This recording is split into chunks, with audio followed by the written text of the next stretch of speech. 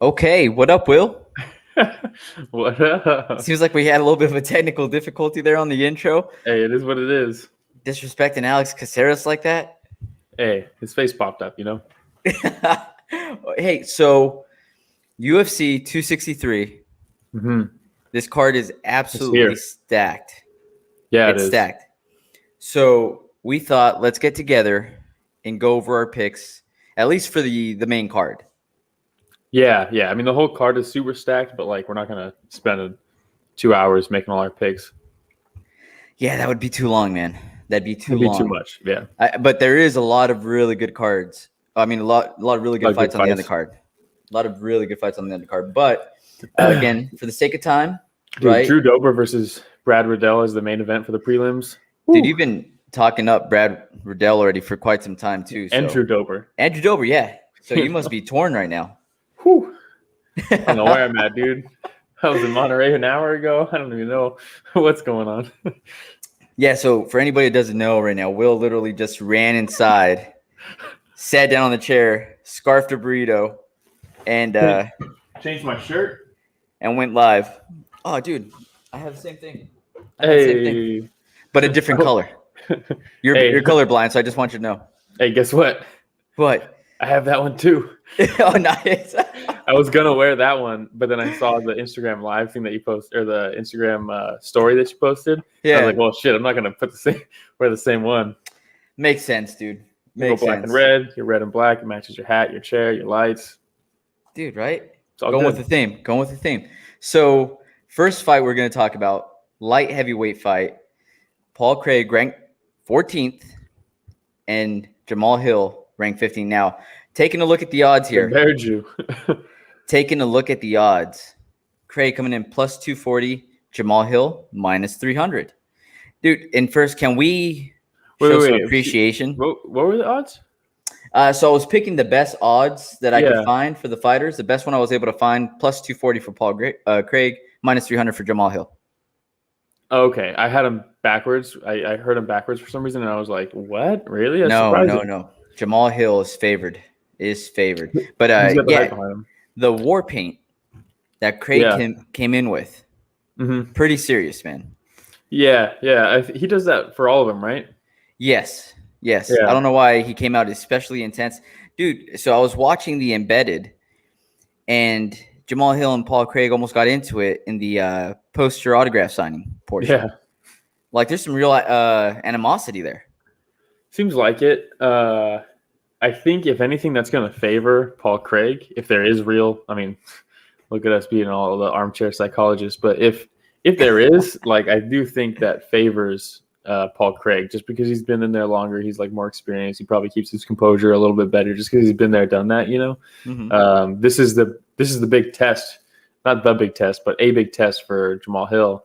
I know he beat OSP, right? But OSP is where he's at in his career, where Paul Craig is still relatively like he's a worthy opponent. This is probably his biggest step up. Yeah, I don't know. The odds make sense. What are you leaning on this one? Man, well, I have Hill going in this one. But before we keep on going, just want to say hi to anybody that's tuning in right now live. And just make sure that, as we're going and giving our predictions, you can go and give your predictions as well.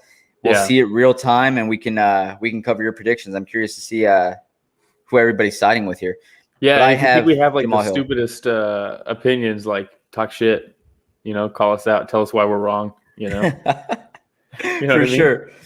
But I have Jamal Hill, man.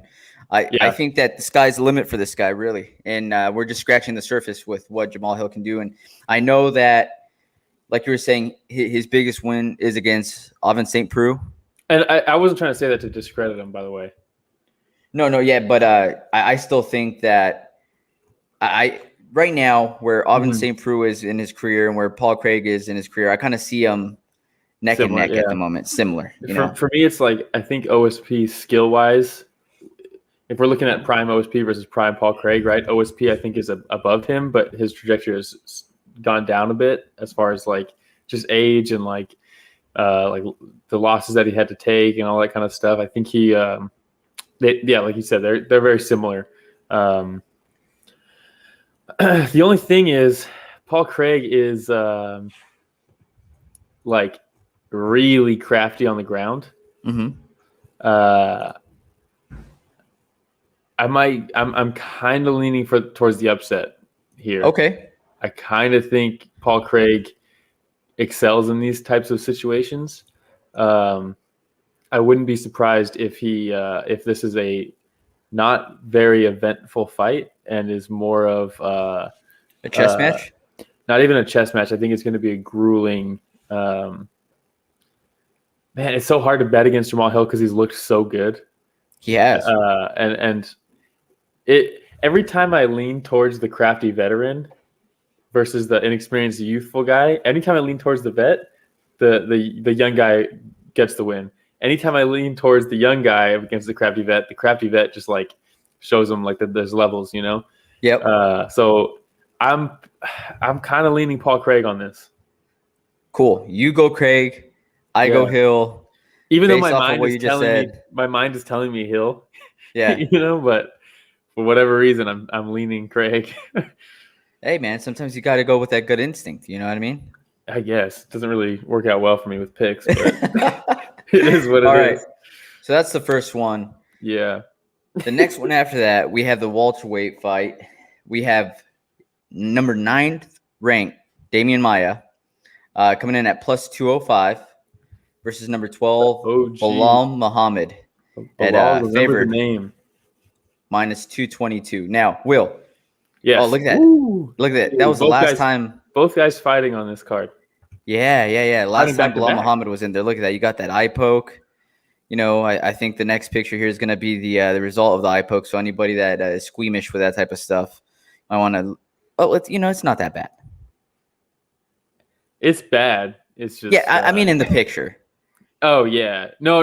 I know it's still a not great picture to look at.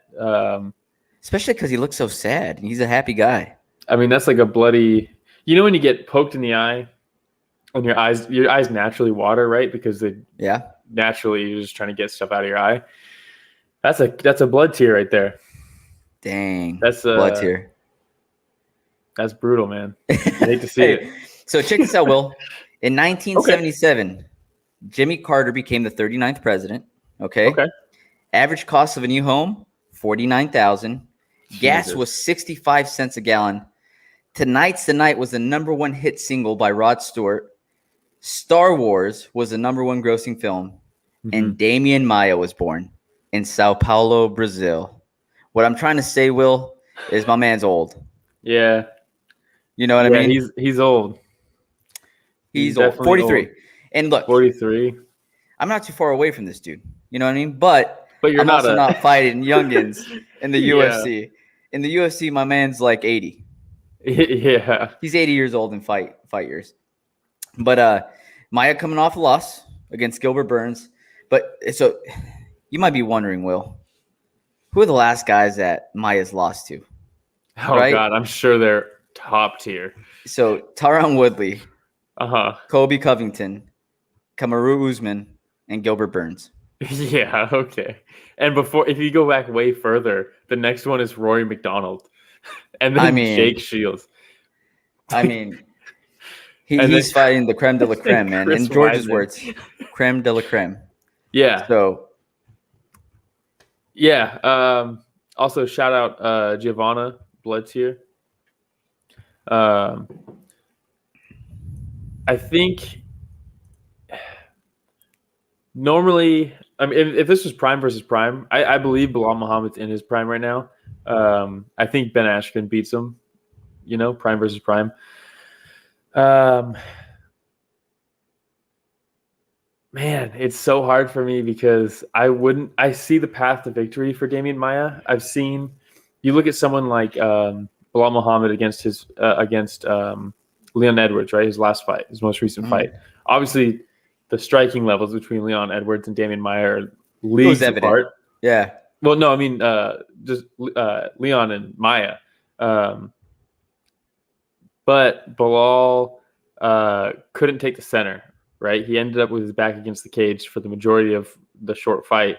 And if that's what happens against Maia, I don't see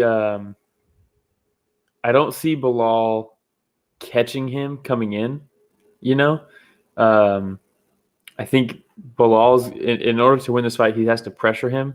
He has to pressure Maia, but he can't get reckless, because if he gets reckless, Maia will just wrap him up and then just jump on his back, right, and choke him out. Yeah, I think this is one where it's like brains going Bilal, and I'm going to go Bilal. Yeah.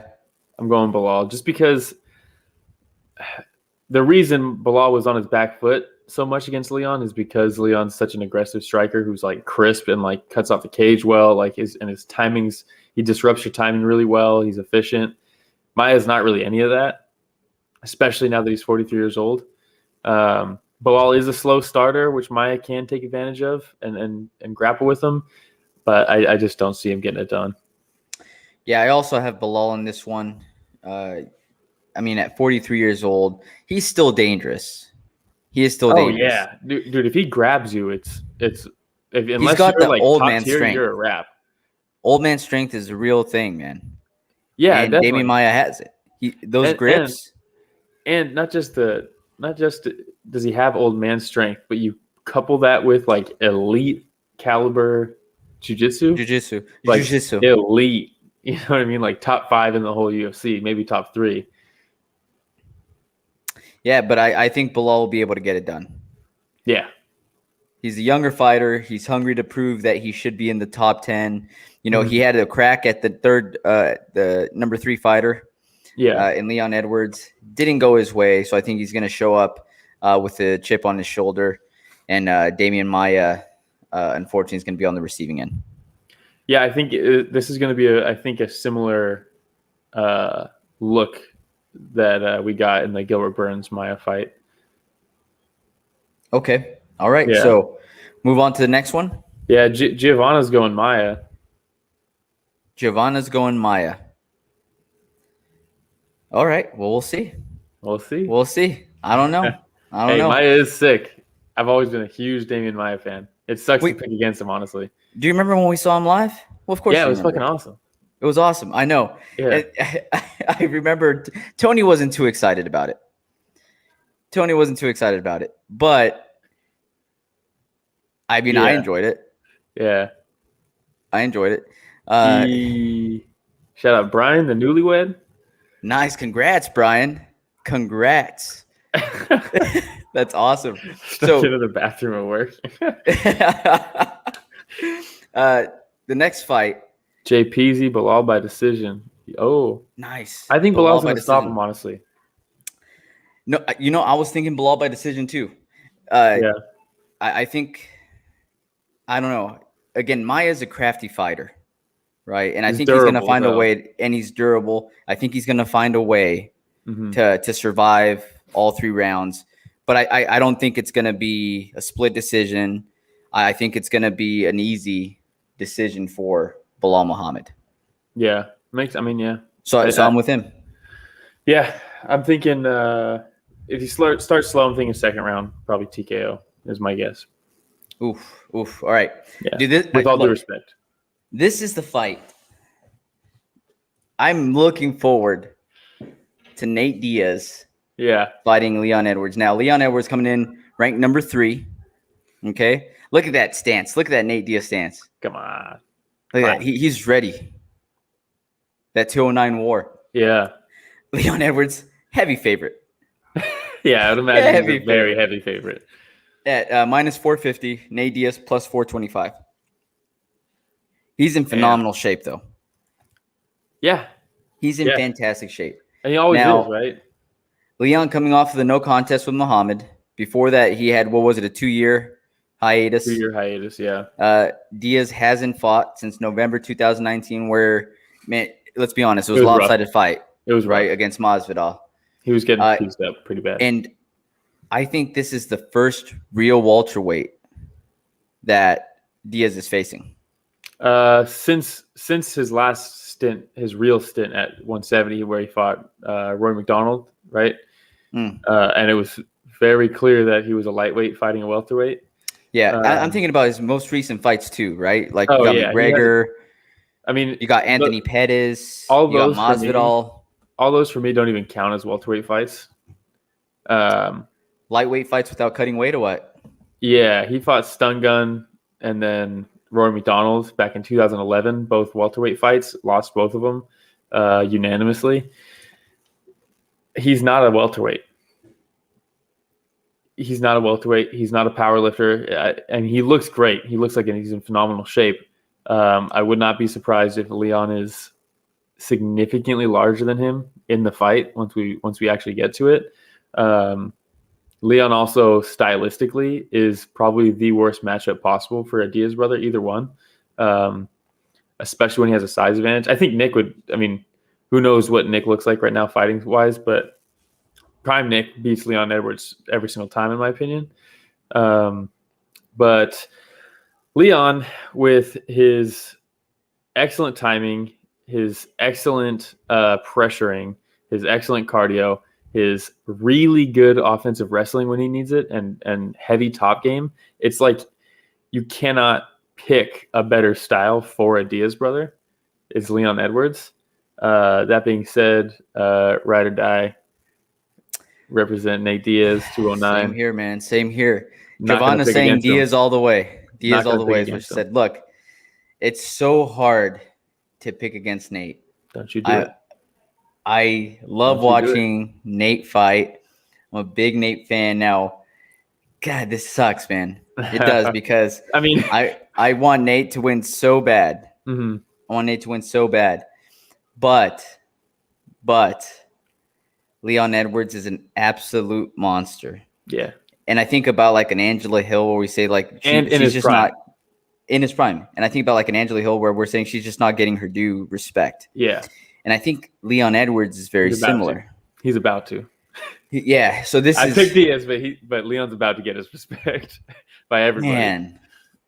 So I'm picking Leon Edwards to win this fight, but I'm hoping that he slips up and Nate gets him in a guillotine or, you know, like that's the only way I can see Nate winning this fight. I can see Diaz is so goddamn durable that if Leon doesn't game plan correctly and he comes out and wants to strike with them, you get comfortable fighting at that pace with the Diaz brother. And by the time that fourth and fifth round comes by, I mean, clearly Leon is in phenomenal shape. He looks like he's like one of the most athletic looking guys in the whole roster. But that Diaz cardio is just different. Most people can't do it. And you say that people feel comfortable. Yeah, because you're trading back and forth, right? And you're landing, you're having success because it's even not like if you're not comfortable, I don't think you have a choice. Yeah, no, you don't because it's coming at you regardless. He's so you peppering you with back. shots over and over and over again. What are you going to do But if you're just covering up? Even if he's not landing them, you have to go back and forth because otherwise the judges see you being outstruck regardless. And that's what I'm saying. Even if you're covering up, he's still showing that he's pushing the pace. Mm-hmm. So yeah, I could see this being like the first two rounds are very rough for Nate, and then Leon starts to fade, and then Nate does his thing. I could see that happening. If Leon's smart though, he does that for the first round, and then the second round he just starts taking him down and grappling him and just honestly like lay and pray type stuff. That's the smart move for Leon. That's how he wins this fight. That being said, Nate off his back is dangerous as hell, so anything could happen. Leon probably wins this fight. Was it against RDA where we saw something similar with Nate Diaz where, on the takedowns, it was RDA with, heavy top pressure and Benson Henderson too. One of the most frustrating fights I've ever seen in my entire life. So, man, again, I'm hoping Nate Diaz pulls this off, but if I'm betting, I'm going Leon Edwards. How about this? Let me change your opinion then, because Leon probably wins this fight, but ride or die Nate, not going to pick against him. Last time I was ride or die on somebody, I thought they were going to win, but it didn't matter. I was ride or die no matter what. It was Thug Rose. She won. The time before that was Dustin Poirier versus Conor. Ah, So I don't know. Maybe when I'm ride or die, people just win. so when you go crafty veteran against young guy, it goes whatever opposite direction you pick. But when you go ride or die, it's a lock. Oh, fuck. I forgot about Sam Hagen versus Frankie Edgar. Oh, yeah. I was ride or die for Frankie Edgar. Frankie. And Legend go has well. it. He's still asleep. Still asleep. All right, man. But The shout out Nate co-main event. Diaz, the boy. Yes, It's gonna be a tough absolutely. one, but Absolutely. let's get it. Davison Figueiredo, the champion, coming in favored at minus 205 versus top contender Brandon Moreno plus 210. The biggest I thing like that those stood out odds. to me, the biggest thing that stood out to me Mm-hmm. was Figueiredo looked depleted all week. Yeah. It's a hard cut from. It's a very hard cut. I think they said that with a minute left for him to be able to make weight, he made weight. And Moreno looked so calm. Yeah, he's so chilling. calm. Did you see that picture where he's getting shoved Yeah. on the face-off and he has a smile just staring straight at Figueiredo's eyes? Yeah. I'm just like, man, something about Moreno right now and the way that he's approaching this week and approaching this fight. He's so calm and like he already knows what the outcome's going to be. Yeah, look at him. Dude, I've been a Moreno fan for a long time, dude, just because his style is so fucking sick. I'm so glad that Mexican he got fighter, like, dude. yeah, I'm so glad that he got his recognition after their last fight because dude he's violent. He gets in there, he's fucking violent. And I don't pay too much mind for the weight cut for Figgy just because he's always struggled with that weight cut and it's always been hard on him and he still always performs, right? But I do think Moreno, I think Figgy, he's talked about how he's not just going to go out there and try to like knock people out. But I do think that he's much more one-dimensional than Moreno is. And I think in their previous fight, there's more opportunities for adjustments for Moreno than there are for Figgy. Mm-hmm. And I think he gets it done. I think it's going to be sick as hell, but I think Moreno is going to – I think this is going to be – remember when Thug Rose, when she knocked out Joanna, Mm-hmm. and then they had the rematch. And everyone was like, oh, it was just a fluke. It was just a fluke. The first one, right? Or it was my weight cut was real bad. And the second one came out, or they did the second one, and Thug Rose like outstruck her, right? They went 5 rounds and she just like she beat her, you know. It was like no doubt, you know, it wasn't a fluke. It was just I'm better right now. And I think Moreno's going to have the same type of performance. I think he's going to really showcase that. Like, I'm not going to say Figueiredo is like a one-trick pony, but I'm going to say that Moreno is going to show that you have to be way more dynamic, especially at that weight class. And I think that's what's going to end up happening. I think he styles on him, honestly, in the last 4 Moreno rounds. showed that he is durable, man, because he ate some big shots too. Yeah. He ate some big shots in the last fight, but then he answered back every single time. So, man, give me Moreno as well. Yeah. Give me Moreno as well. This is one of the dogs that I really like. Me too. I'm surprised the odds aren't closer. That was such a close. I mean, clearly it was a close fight. You know, like it was. It was a draw. You know, like it was a close ass fight. It doesn't get closer than that. It's as close unless it was a double knockout. That's as close as you can get. You know. Yeah. Shout out Coleslaw. He's going Paul Craig, Damian Maia, Nate Diaz, Moreno, and Adesanya.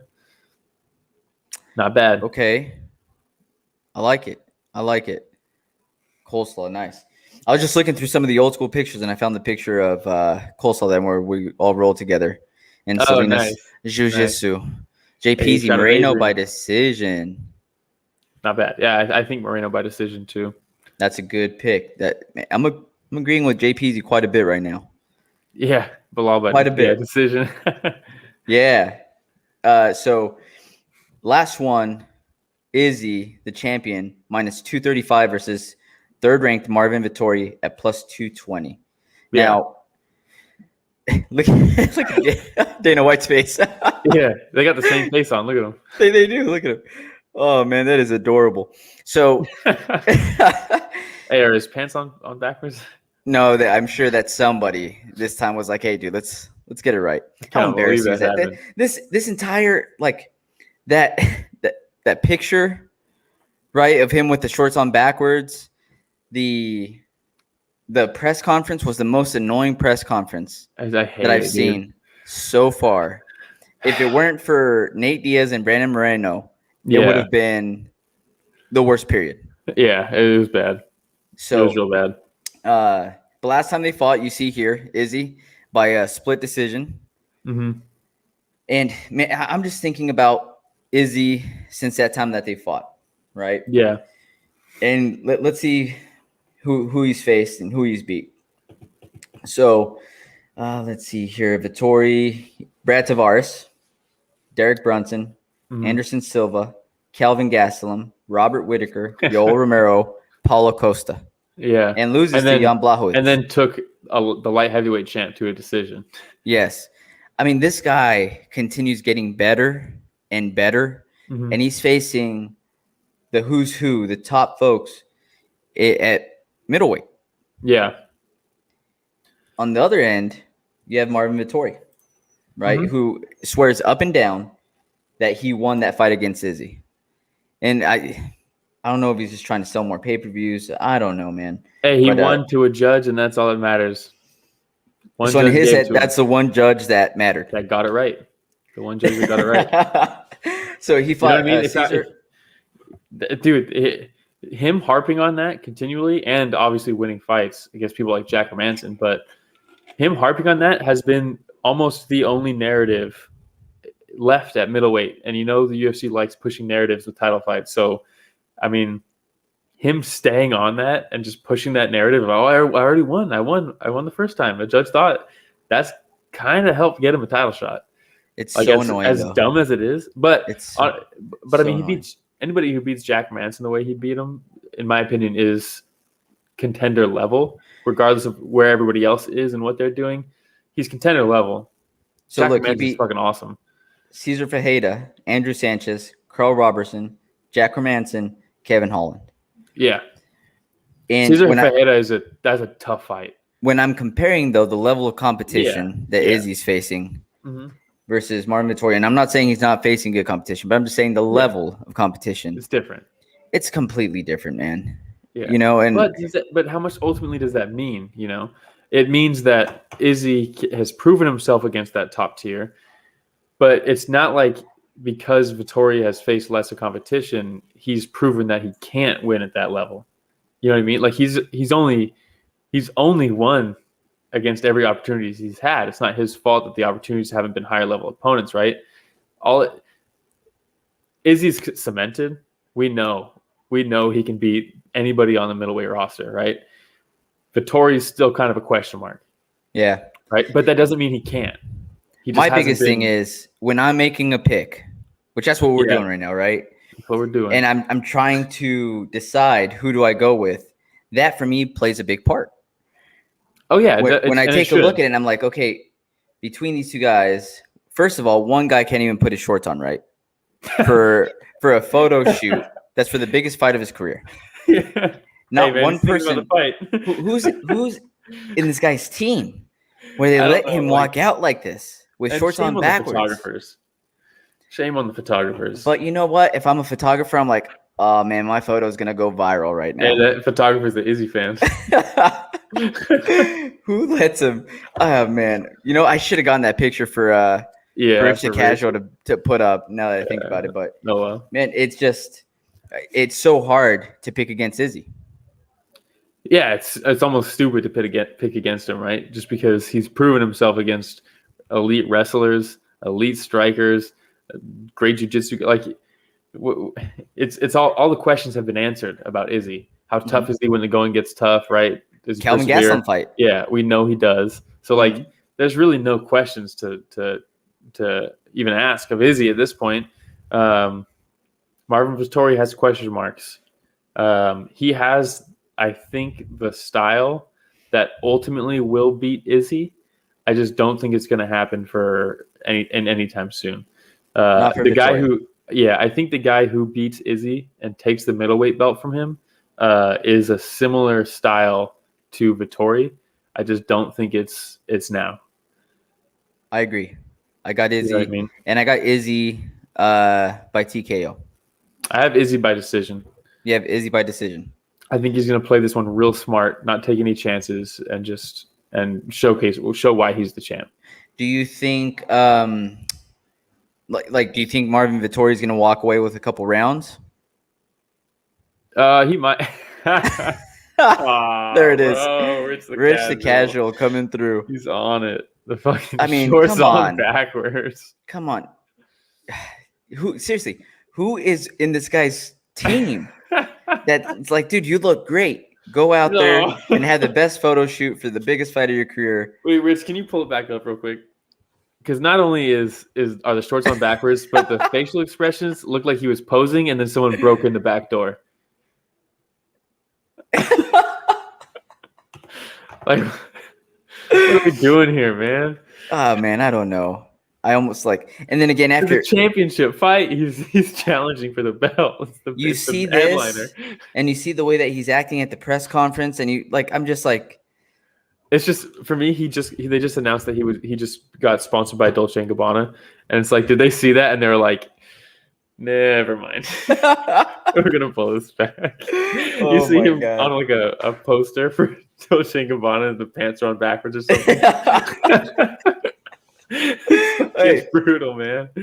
That would probably catch on. All right, well that's all the fights. So you have Izzy, I have Izzy at the end. Mm-hmm. Thank you everybody that logged on and watched this. Yeah, live. I really appreciate everybody that commented. Sick. Yeah. Oh, coleslaw. Moreno needs to put Mickey Mouse to sleep already. Too much talking. I want to see him get burned out and Moreno to get the finish. Not no decision. Dude, I'm telling you, Moreno. So, I've mentioned this before. I've watched some UFC fights with my dad back in the day. Yeah. And when they'd start grappling, that's when he would get up, go get a beer, come back a couple minutes later and say, like, what's been going on? Oh, they're still down there. They're still down there.